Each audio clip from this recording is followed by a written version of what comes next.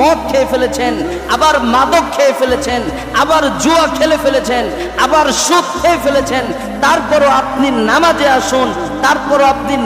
আসুন, পরিবর্তন হওয়ার জন্য আপনি নামাজে আসুন, আল্লাহ আপনাকে পরিবর্তন ঘটিয়ে ছাড়বে ইনশাআল্লাহ।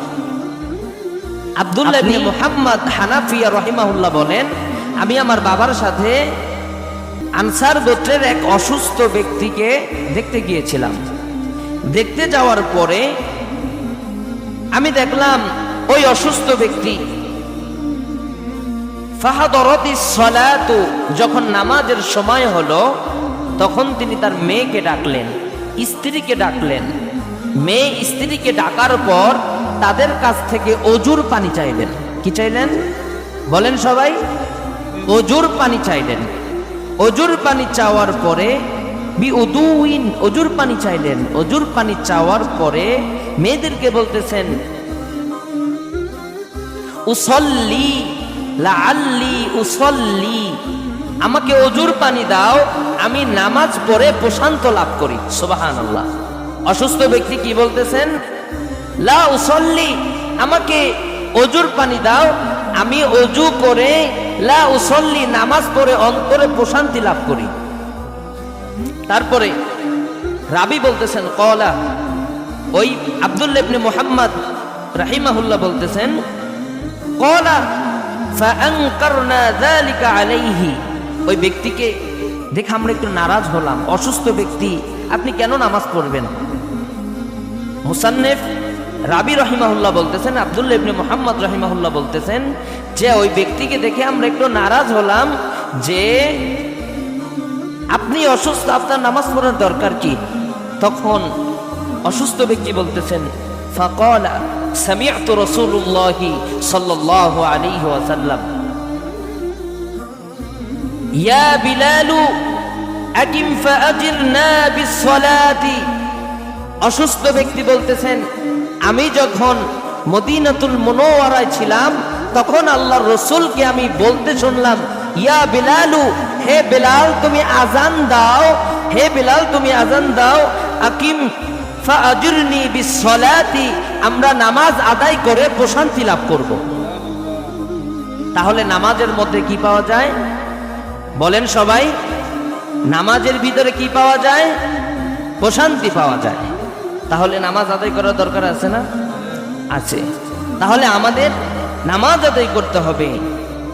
আল্লাহ রসুল সাল্লাল্লাহু আলাইহি সাল্লামের আরেকটা হাদিস, আল্লাহ রসুল সাল্লাল্লাহু আলাইহি সাল্লামের সাহাবী হুযায়ফা রাদিয়াল্লাহু তাআলা আনহু, সাহাবীর নাম কি?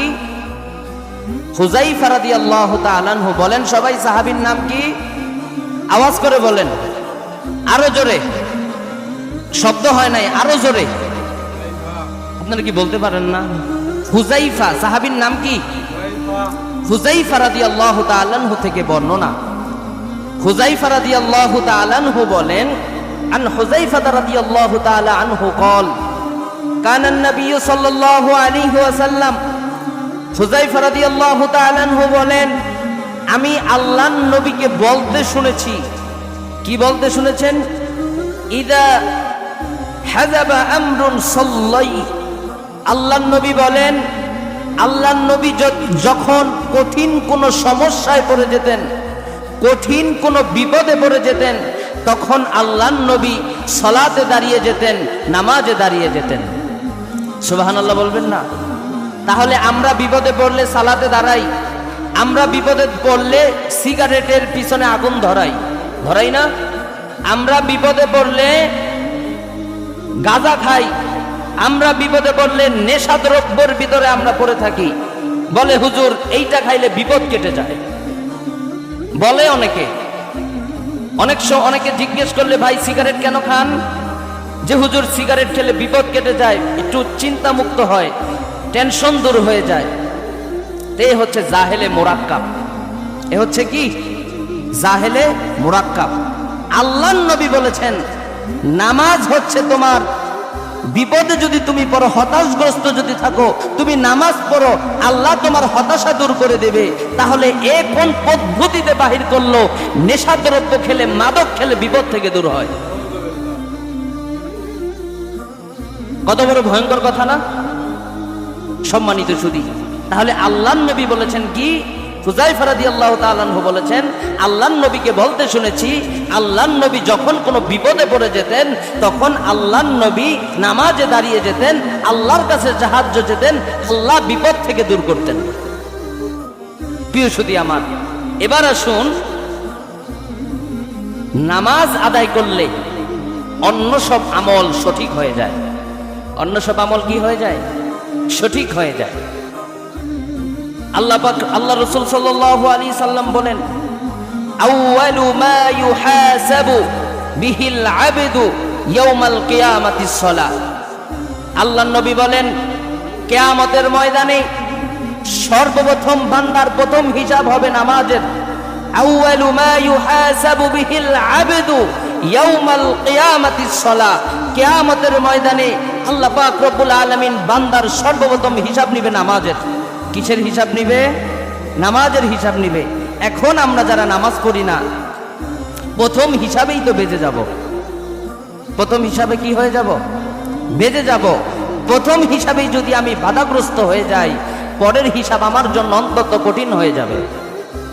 এই হাদিসের অংশে আল্লাহ রাসূল বলেন, ফাইন সালাহাত সালাহা লাহু সাইরু আমালিহি। আল্লাহর নবী বলেন, যদি নামাজ ঠিক হয়ে যায় তাহলে তার সব আমল সঠিক হয়ে যাবে। কোন বান্দা যদি কিয়ামতের ময়দানে আউয়ালু মা ইউহাসাবু বিহিল আবদু ইয়াউমাল কিয়ামাতিস সালাহ, কিয়ামতের ময়দানে যখন সর্বপ্রথম নামাজের হিসাব নেওয়া হবে, আল্লাহর নবী বলেন, ফাইন সালাহাত সালাহা লাহু সাইরুহু আমালিহি। কোন বান্দা যদি নামাজের হিসাব সঠিকভাবে দিয়ে দেয়, সঠিকভাবে দিয়ে দিতে পারে, তাহলে ওই বান্দার সব আমল, সব হিসাব সহজ হয়ে যাবে। পরের অংশে আল্লাহর নবী বলেন, ওয়া ইন ফাসাদাত ফাসাদা সাইরু আমালিহি।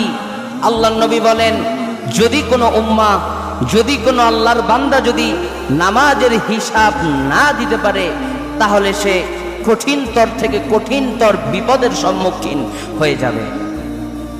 তাহলে নামাজ আদায় করতে হবে। কিয়ামতের ময়দানে যদি মুক্তি পেতে চান, কিয়ামতের ময়দানে যদি আল্লাহর কাছ থেকে মুক্তি পেতে চান, তাহলে আমার সর্বপ্রথম কি করতে হবে? নামাজ আদায় করতে হবে। এবার আসুন, কাফের আর মুসলিমদের ভিতরে পার্থক্য কি? কাফের আর মুসলিমদের ভিতরে পার্থক্য কি? তার আগে আমরা ছোট্ট একটি আয়াত শুনি। আল্লাহ পাক রব্বুল আলামিন বলেন, ইন্নাস সালাতা তানহা আনিল ফাহশাই ওয়াল মুনকার। আল্লাহ পাক রব্বুল আলামিন বলেন, নিশ্চয়ই নামাজ সমস্ত অশ্লীল কাজ থেকে বিরত রাখে। নামাজ কি রাখে? সমস্ত অশ্লীল খারাপ কাজ, মন্দ কাজ থেকে বিরত রাখে। এবার আমি আপনাকে, আপনি কিভাবে পরিবর্তন হবেন, এই পরিবর্তনের রাস্তাটা আমি আপনাকে দেখাই দিই। আপনি কথার কথা, আপনি মাদক সেবন করেন, আপনার ভিতরে জেনার স্বভাব আছে, আপনার ভিতরে সুদের স্বভাব আছে, আপনি মোবাইলে জুয়া খেলেন, আবার দলবদ্ধভাবে হয়ে আপনি দোকানের ভিতরে জুয়া খেলেন।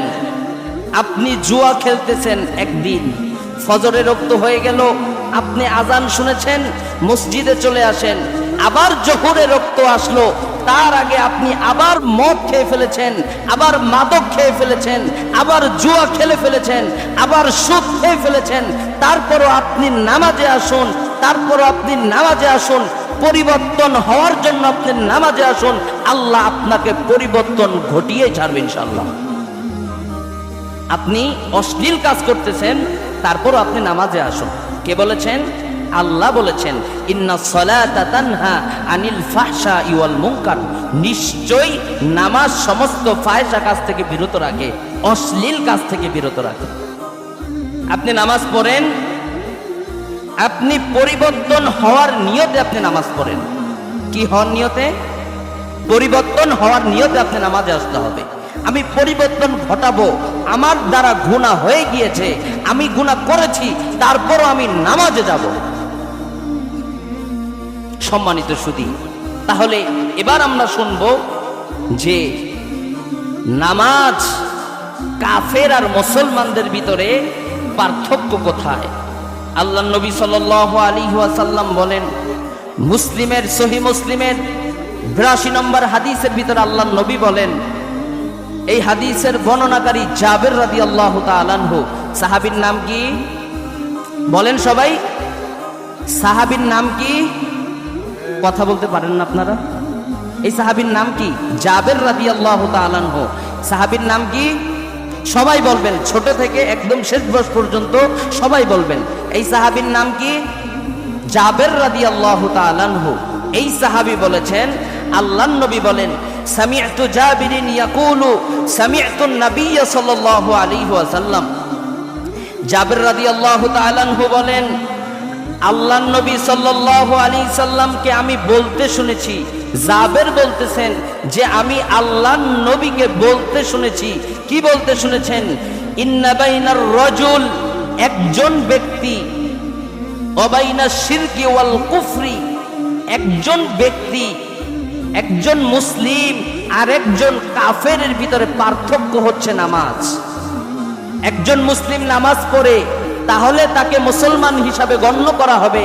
একজন মুসলিম সে নামাজ থেকে দূরে সরে গেল, তার আসর নাই, তার ফজর নাই, তার জোহর নাই, তার আসর নাই, তার মাগরিব নাই, তার এশা নাই, তার জুমা নাই, সে মুসলিম থেকে বিচ্যুত হয়ে গেল। আল্লাহর নবী বলেছেন, মুসলিমদের সাথে আর কাফেরদের সাথে পার্থক্য হচ্ছে নামাজ। আল্লাহ বলেন, তারকুস সালাত, মুসলিমদের ভিতরে আর কাফেরদের ভিতরে পার্থক্য হচ্ছে নামাজ। সুতরাং যার নামাজ নাই তা সে ধর্ম থেকে দূরে সরে গেল। আমি বলেছি, আমার বাপ বলেছে, আমি বানিয়ে বলেছি, আল্লাহর নবী বলেছে, ইমাম মুসলিম রাহিমাহুল্লাহ তার মুসলিম শরীফের ভিতরে লিখেছেন।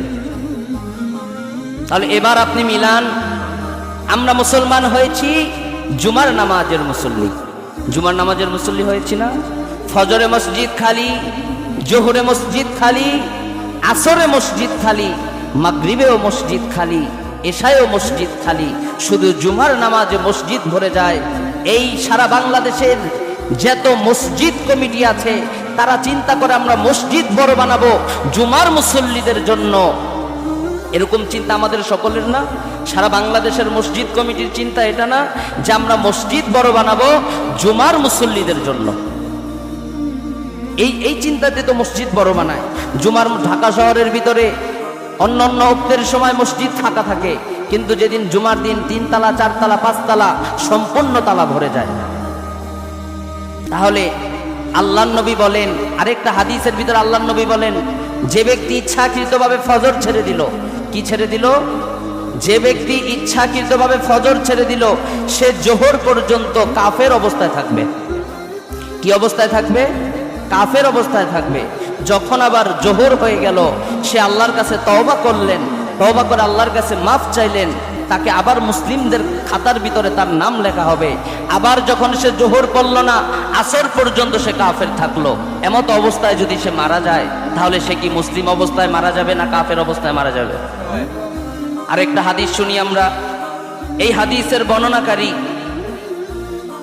বুরায়দা রাদিয়াল্লাহু তাআলা আনহু থেকে বর্ণনা, তিরমিজি শরীফের 2621 নম্বর হাদিস। এই হাদিসের বর্ণনাকারী বুরায়দা রাদিয়াল্লাহু তাআলা আনহু। আন বুরায়দা রাদিয়াল্লাহু তাআলা আনহু قال قال رسول الله صلى الله عليه وسلم, আল্লাহর নবী বলেন, আল আহদুল্লাযী বাইনানা ওয়া বাইনাহুমুস সালাহ। আল্লাহর নবী বলেন, আমাদের ও তাদের মধ্যে পার্থক্য হচ্ছে নামাজ।